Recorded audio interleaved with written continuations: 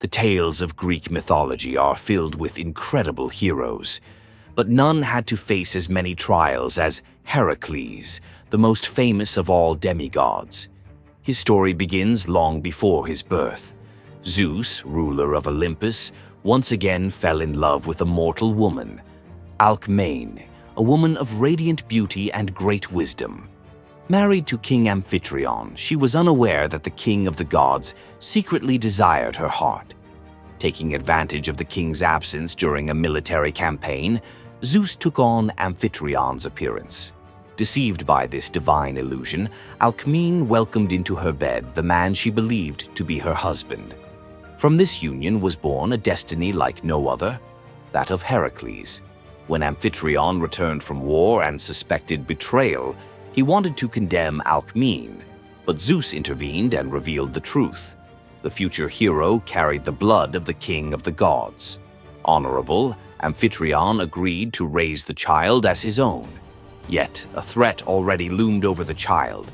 Hera, Zeus's jealous wife, burned with rage over this new infidelity. She swore to make Heracles' life a path of suffering. One night, while the baby was sleeping in his cradle, Hera sent two monstrous serpents to kill him. But instead of crying, little Heracles grabbed the snakes with incredible strength and strangled them with his bare hands. This was a clear sign. The child was destined for greatness. Still, Hera did not give up. Throughout his life, she placed obstacles in his path, hoping to break his spirit. And so began the famous 12 Labors of Heracles. First labor, the Nemean Lion King. Eurystheus, urged on by Hera, ordered the hero to defeat an invincible beast, the Nemean Lion. Its skin was so tough that no weapon forged by man could pierce it. Armed with his bow and club, Heracles set out to hunt the monster in the hills. When he found it, he shot arrow after arrow, but all bounced off its indestructible fur.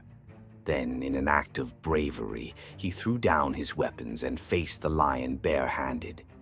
In a fierce struggle, he strangled it with his powerful arms until the beast collapsed. He then skinned it with its own claws and wore the pelt as armor, a symbol of his superhuman strength.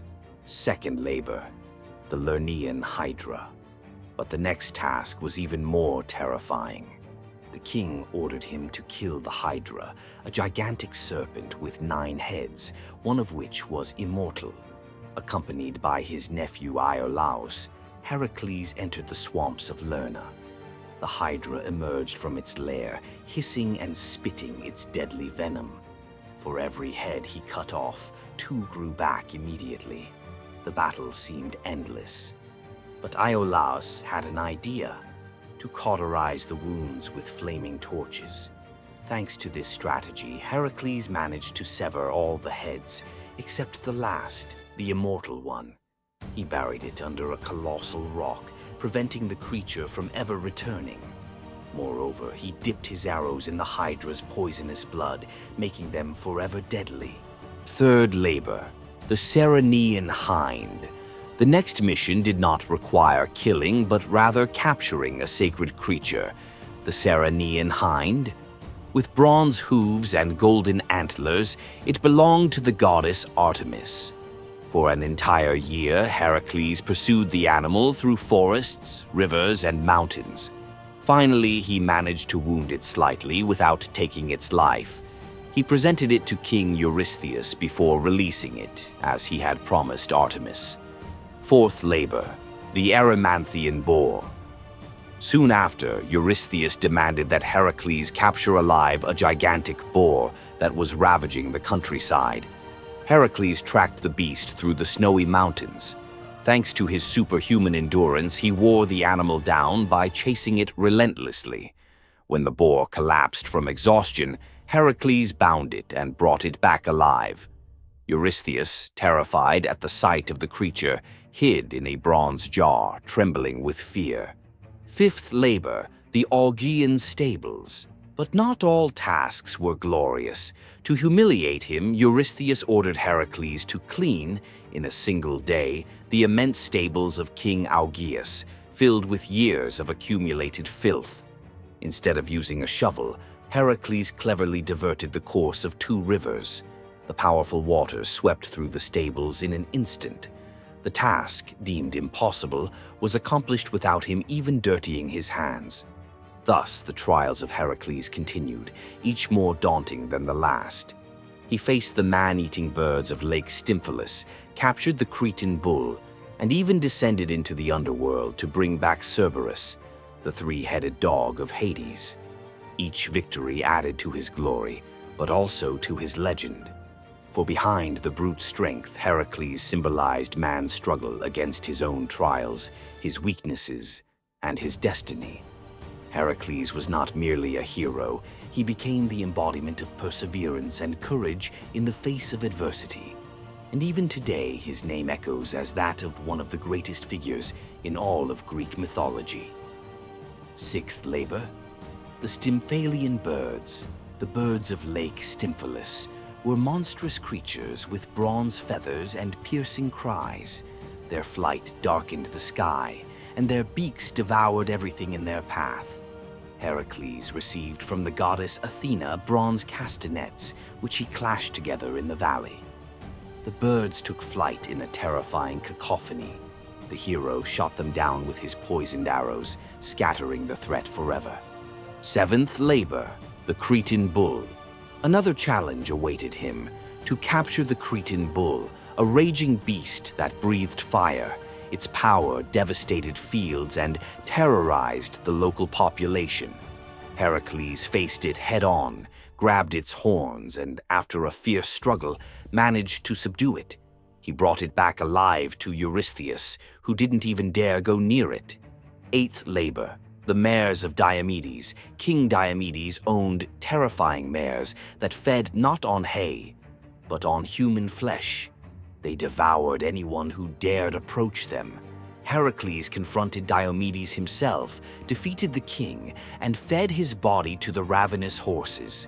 Once they were satiated, the mares became docile. He was then able to lead them back to Mycenae. Ninth labor, the Belt of Hippolyta. The queen of the Amazons, Hippolyta, possessed a magical belt gifted to her by Ares, the god of war. Eurystheus demanded that Heracles bring it back.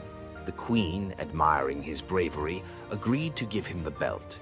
But Hera, once again, sowed discord by convincing the Amazons that Heracles intended to kidnap their queen.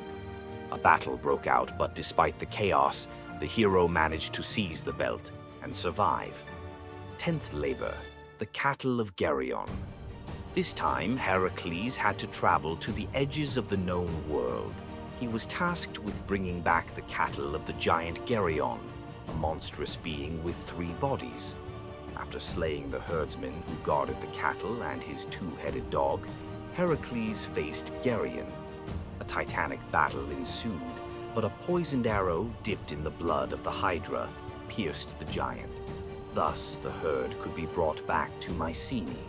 11th labor, the golden apples of the Hesperides.